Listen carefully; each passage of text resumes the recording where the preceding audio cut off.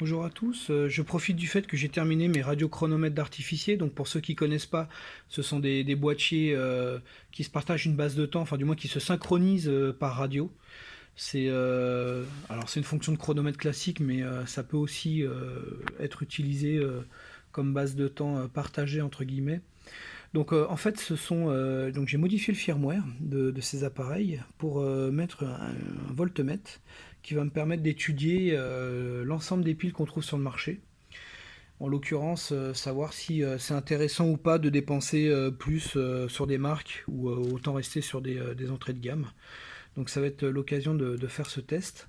On sait que pertinemment, selon le type de pile, on n'a pas les mêmes courbes de décharge. C'est pour ça que dans l'appareil ici, j'ai prévu en fait une jauge qui va, en fonction de la technologie de la pile, être au plus près de la réalité. Donc cette jauge, en fait, on la voit au démarrage, ouais, c'est ça. Et puis en fonctionnement, ça sera toujours plus parlant qu'une tension. C'est pour ça que je l'ai supprimé sur le firmware définitif. Là, c'est juste pour faire mes tests. Donc parmi les piles, j'ai acheté donc beaucoup de piles. Ça, c'est des entrées de gamme à 1 euro chez 1,10 € plus exactement chez Leclerc. Là ensuite on a des piles donc toujours en technologie alcaline, c'est du 6LR61, c'est comme ça on les nomme. Là on est à Auchan à 1,50 € la pile. Ensuite retour chez Leclerc à 2 € la pile à peu près, donc c'est leur marque Foxter, celle qui distribue. On la retrouvera un peu plus sur d'autres piles aussi tout à l'heure. Là on est sur du Carrefour à 3 € le pack à peu près, donc ça fait 1,50 € la pile aussi. Donc là on arrive ensuite sur les marques.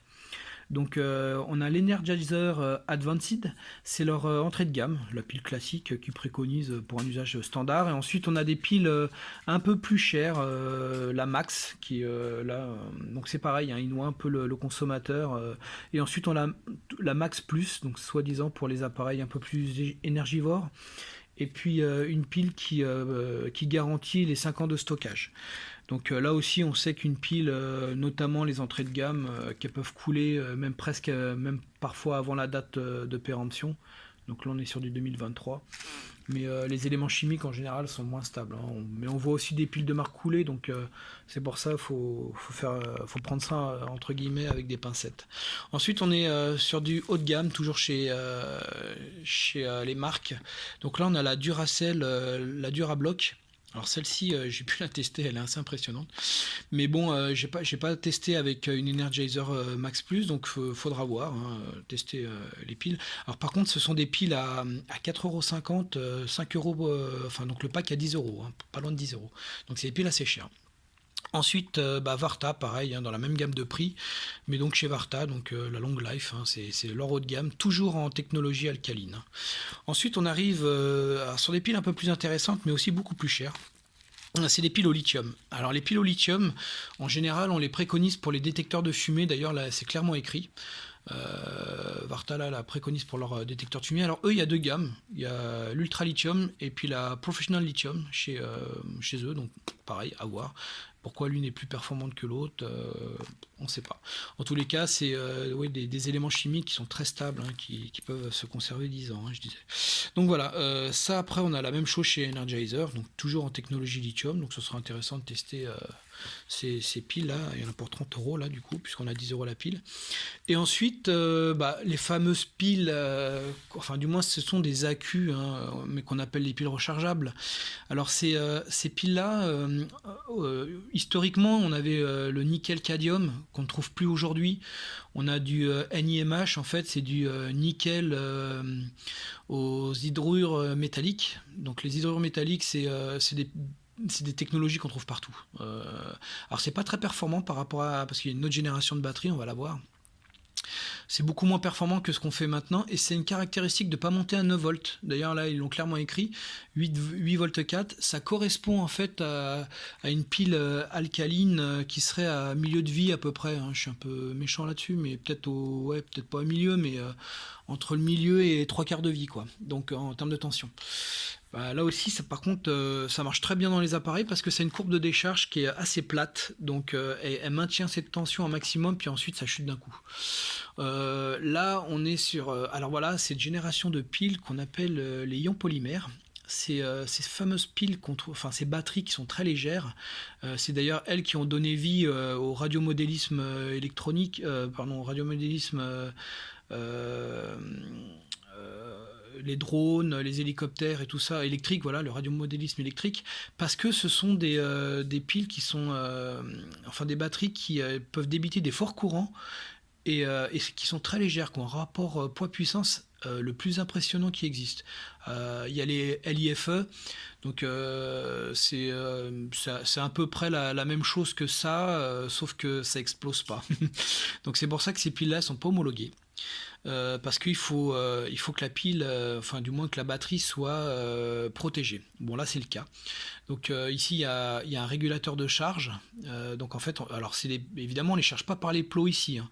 Ce sont donc on la charge ici par son régulateur. Donc vous avez compris, il y a un régulateur, un chargeur pardon à l'intérieur. Donc ici ça va un chargeur de téléphone classique. Ici il y a un petit voyant qui témoigne de la charge et qui s'éteint une fois que la pile est chargée. Ensuite, il y a la batterie et là il y a le régulateur parce que c'est une pile, enfin c'est une batterie qui fait 3 volts 8 et il y a un circuit électronique, donc il y a un booster qui va la monter à 9 volts. Et là par contre on a vraiment 9 volts, même un peu plus parce que vous avez vu dans mon radiochronomètre tout à l'heure, c'est une pile comme ça qu'il y a dedans. Et on est à plus de 9 volts en fait, hein. On est à 9 volts 60 ou à 9 volts 54, voilà, largement au-dessus de 9 volts, ce qui correspond vraiment à une pile alcaline quand elle est neuve, hein. On a ce genre de tension à peu près dans ces piles. Dans les lithium c'est un peu moins, la tension de service, elle fait les 9 volts, hein, bien sûr, mais elle est à 9 volts 2 quand elle est neuve, et puis elle va chuter très lentement. Ensuite, on a toujours dans la même gamme, hein, ces fameuses LiPo, donc c'est ions polymères. Ma marque préférée en fait, d'ailleurs là ils annoncent clairement 800 mAh. Alors la pile enfin la batterie qui est dedans elle les fait pas, mais en termes d'utilisation pure, donc ça c'est marrant parce qu'il y a comme sur les Duracell un petit testeur de petit bar graphe là sur le côté, mais qui les fait vraiment, parce que elle équivaut en fait à une pile jetable, alors que jusqu'à présent les piles rechargeables n'avaient jamais les performances d'une pile jetable. Et là, avec ce genre de pile là, on y est, hein. Donc, alors c'est des piles qui sont autour de 15 € pièce, hein. C'est pas donné. Et puis c'est assez difficile de les importer parce que par la douane elles sont pas légales, enfin comme elles sont pas conformes c'est pas connu au bataillon en Europe ce genre de pile. Et puis qu'ils se disent que dedans, si c'est une pile qui peut exploser, etc. Oui, aïe aïe, alors qu'en fait non, s'il y a un régulateur, d'ailleurs si on la court-circuite en fait elle s'éteint. Elle s'éteint et pour la rallumer en fait il faut la rebrancher sur le chargeur. Donc elles sont très bien protégées, hein. Il n'y a aucun souci, hein, d'utiliser ce genre de matériel. Et puis ça résiste au froid, donc il y a au froid, au chaud, sans problème, hein. Donc pour un artificier, c'est en conditions extérieures, ça va très très bien. Alors évidemment comme toute pile et batterie, hein, vaut mieux les mettre dans la poche et la chauffer un peu avant de l'utiliser bien sûr. Sinon elle aura des performances moindres, hein, à moins 20 degrés, c'est sûr que la pile elle va pas être aussi performante. Donc c'est comme c'est petit, c'est facile à mettre dans une poche et à charger et à réchauffer, pardon.